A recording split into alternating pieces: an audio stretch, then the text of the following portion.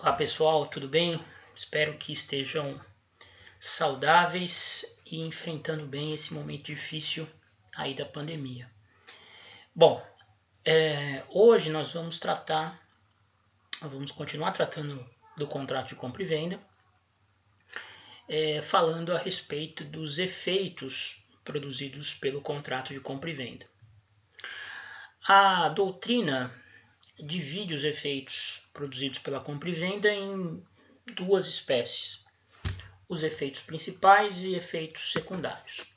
Os efeitos principais já são conhecidos por nós. Nós já abordamos eles com profundidade quando estudamos a teoria geral dos contratos. Quais são esses efeitos principais? A geração de obrigações recíprocas para comprador e vendedor. A compra e venda, como nós vimos, trata-se de um contrato bilateral, oneroso e sinalagmático, em que a execução da prestação por um dos contratantes constitui a causa do inadimplemento da do outro. E o segundo efeito principal é a responsabilidade que o vendedor assume por eventuais vícios redibitórios ou evicção gerada pela transação. Então, esses efeitos principais, nós não vamos perder muito tempo com eles agora, até porque nós já falamos bastante a respeito deles em aulas anteriores. Nós vamos agora nos deter aos efeitos secundários produzidos pela compra e venda. E o primeiro desses efeitos relaciona-se com a responsabilidade pelos riscos, né? Bom, vocês viram, né, na última aula que o contrato de compra e venda no direito brasileiro não transfere a propriedade da coisa ao adquirente automaticamente. Por meio do contrato de compra e venda, os contratantes assumem obrigações recíprocas, né? O comprador de pagar o preço na esperança de receber a coisa e o vendedor a de entregar a coisa na expectativa de receber o preço. A transferência da propriedade ela se dá no momento posterior à formação do contrato, já na fase de execução, por meio da tradição, quando o bem for móvel, ou do registro imobiliário, quando se tratar de bem imóvel.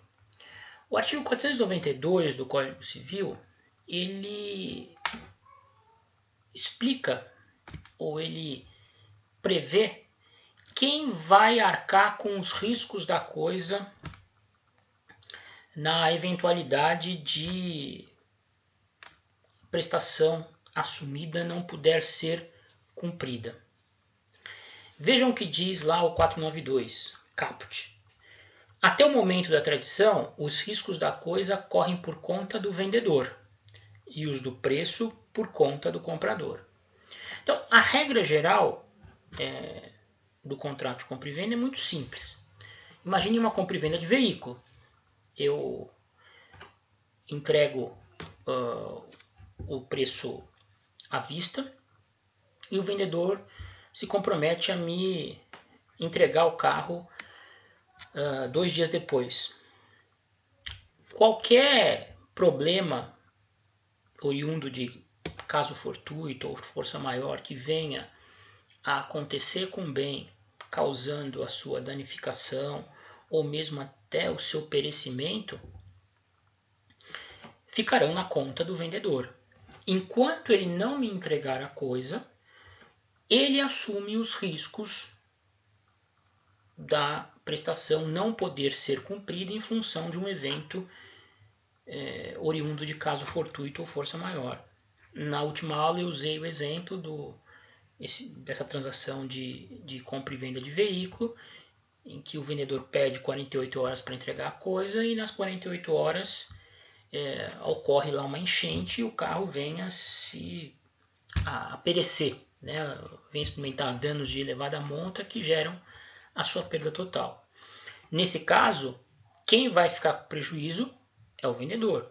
Se ele já houver recebido o preço do comprador, ele vai ter que restituir o preço recebido ao comprador.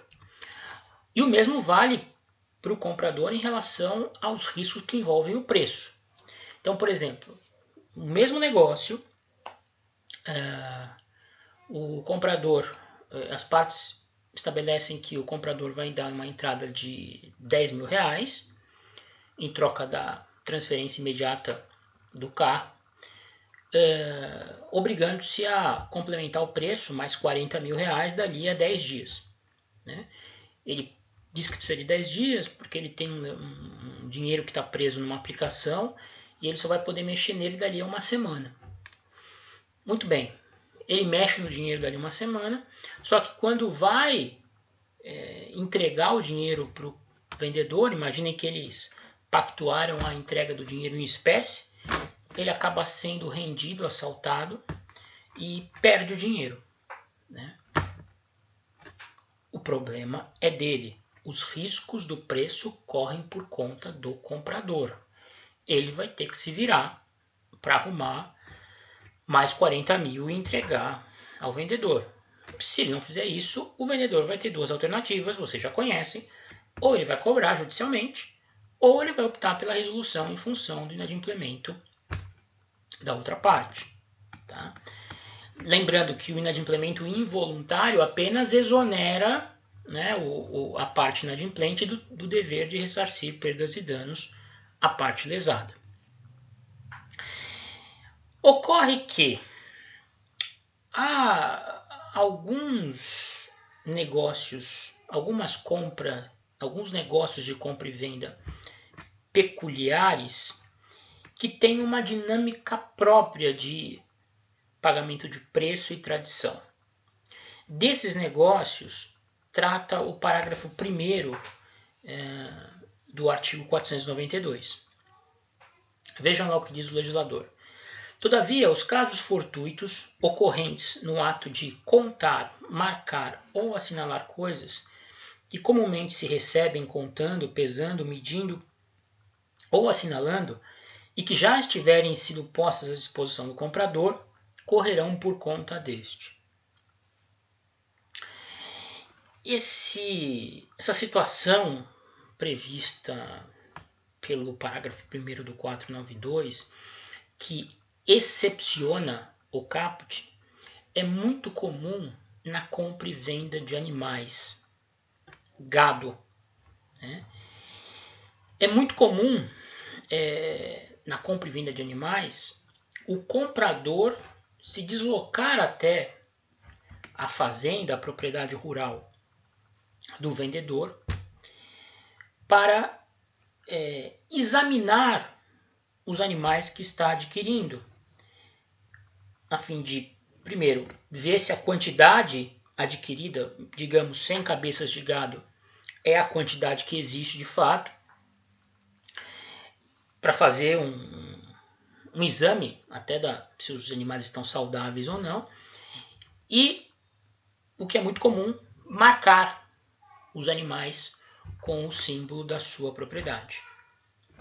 Então, vejam o que diz o legislador. Os casos fortuitos ocorrentes no ato de contar, marcar ou assinalar coisas que comumente se recebem contando, pesando, medindo ou assinalando e que já tiverem sido postas à disposição do comprador, correrão por conta deste. Ou seja, ainda que os animais não tenham sido efetivamente entregues ao comprador, o fato deles já terem sido colocados à disposição do comprador para que ele efetue a contagem, a pesagem, a medição, a verificação, isso já transfere os riscos para o comprador. Porque veja, muitas vezes o que acontece? O comprador vai até a propriedade do vendedor do gado, faz a conferência, pede, pesa, mede, assinala, marca, faz tudo o que tem que fazer e só vai retirar os animais alguns dias ou algum tempo depois. Né? Mas, nesse tipo de negócio, em que os animais são colocados à disposição do comprador para que ele os retire a qualquer momento depois de contar, pesar, medir, a partir do momento em que é feita a contagem e a marcação, os riscos já correm por conta do comprador. Então, se acontecer algum infortúnio qualquer na fazenda, se o gado for roubado de alguma maneira, roubado não, né, mas furtado, subtraído, isso acontece muito no interior, o prejuízo vai ficar por conta do comprador, porque ele já fez a contagem, pesagem, marcação dos animais. Então, é uma regra muito específica para esse tipo de negócio, tá certo? E, concluindo, ainda sobre a questão dos riscos da coisa. O parágrafo 2º diz que correrão também por conta do comprador os riscos das referidas coisas se estiverem em mora de as receber, quando postas à sua disposição no tempo, lugar e pelo modo ajustados. Então, por exemplo, naquela compra e venda de veículo, se nós ajustamos que eu, comprador, vou buscar o veículo em 5 dias na casa do vendedor. Se decorridos os 5 dias eu não apareço, eu fico em mora de receber a coisa. A partir desse momento em que se configura a mora do comprador em receber aquilo que foi adquirido, ele passa a arcar com os riscos da coisa. Qualquer infortúnio, seja de ordem estritamente natural, seja de ordem humana, o prejuízo vai ficar por conta de quem está moroso, tá certo? Eu vou fazer uma pausa para a gente tratar do próximo ponto.